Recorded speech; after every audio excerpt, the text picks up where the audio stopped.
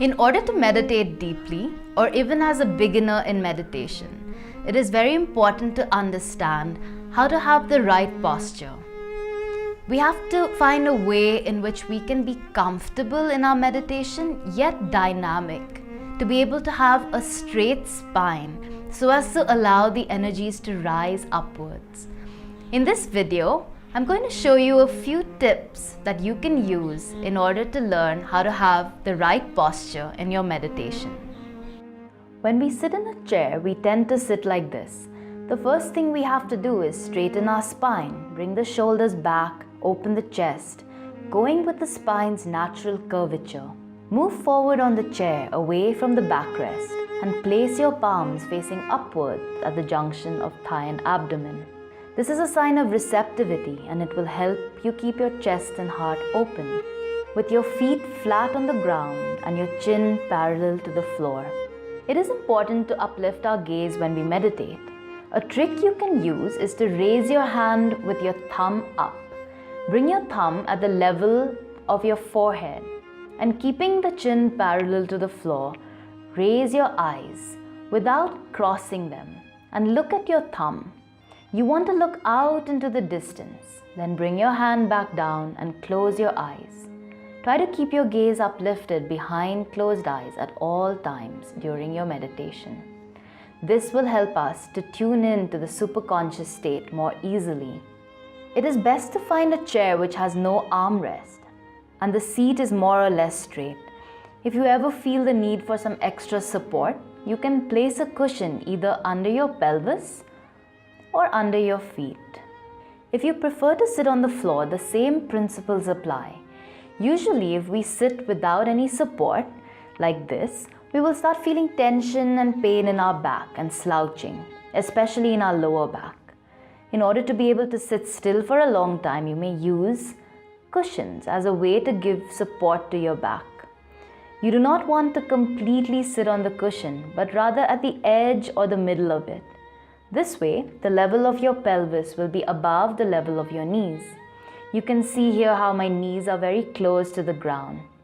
This way, you will be able to sit still for a much longer time.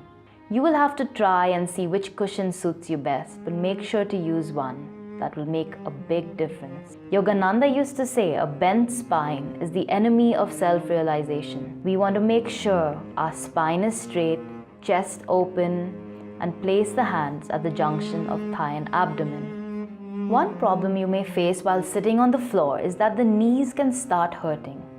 Here, I will show you a few positions for your feet which may help you to solve this problem. First, we have the simple cross-legged position or Sukhasana. This is simple, but the knees are a little high and you may find that the pressure on your thighs may become too much at some point. You can simply sit with one foot on the floor in front of the other, like this. This way, both the knees are on the floor and there is no pressure on the thighs. Another simple yet very stable position is the half lotus posture or Ardha Padmasana. Simply put one foot on top of your thigh. If sitting on the floor like this is uncomfortable for you, you may try another position called Vajrasana. You may follow along, joining the legs like this. And if you feel any discomfort, either in your calves or in your ankles, you could place a cushion between the calves and the thighs. This will help give some relief to your legs. Another option that you can use is a meditation bench which we offer. Placing the bench and sitting on the edge of it in this way takes off a lot of pressure from the legs and allows you to sit comfortably for longer periods of meditation.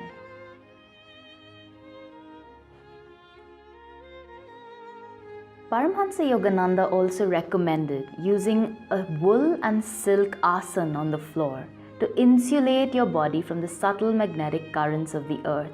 You may use any piece of silk and wool that you have, but essentially you want to make sure that no part of the body is touching the carpet or the floor, not even your cushion. Here is what the use of the asana looks like, either with the cushion or with the meditation bench. And I will also show you how to use the asana on a chair if you are using a chair for your meditation. You want to make sure that asana goes all the way from the top of the chair down to the floor so that your feet are also not touching the carpet. Keep it simple. All you really need is a chair or a small cushion to sit on, perhaps a small altar if you feel inspired to keep one. You can face east if possible. Have your asana, if you have available your wool and silk blanket. What you need to remember is to keep your spine straight and your body relaxed.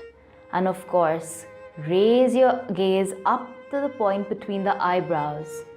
This will magnetize your spiritual eye and draw your energy up to that point where you will be able to go deep in your meditation practice.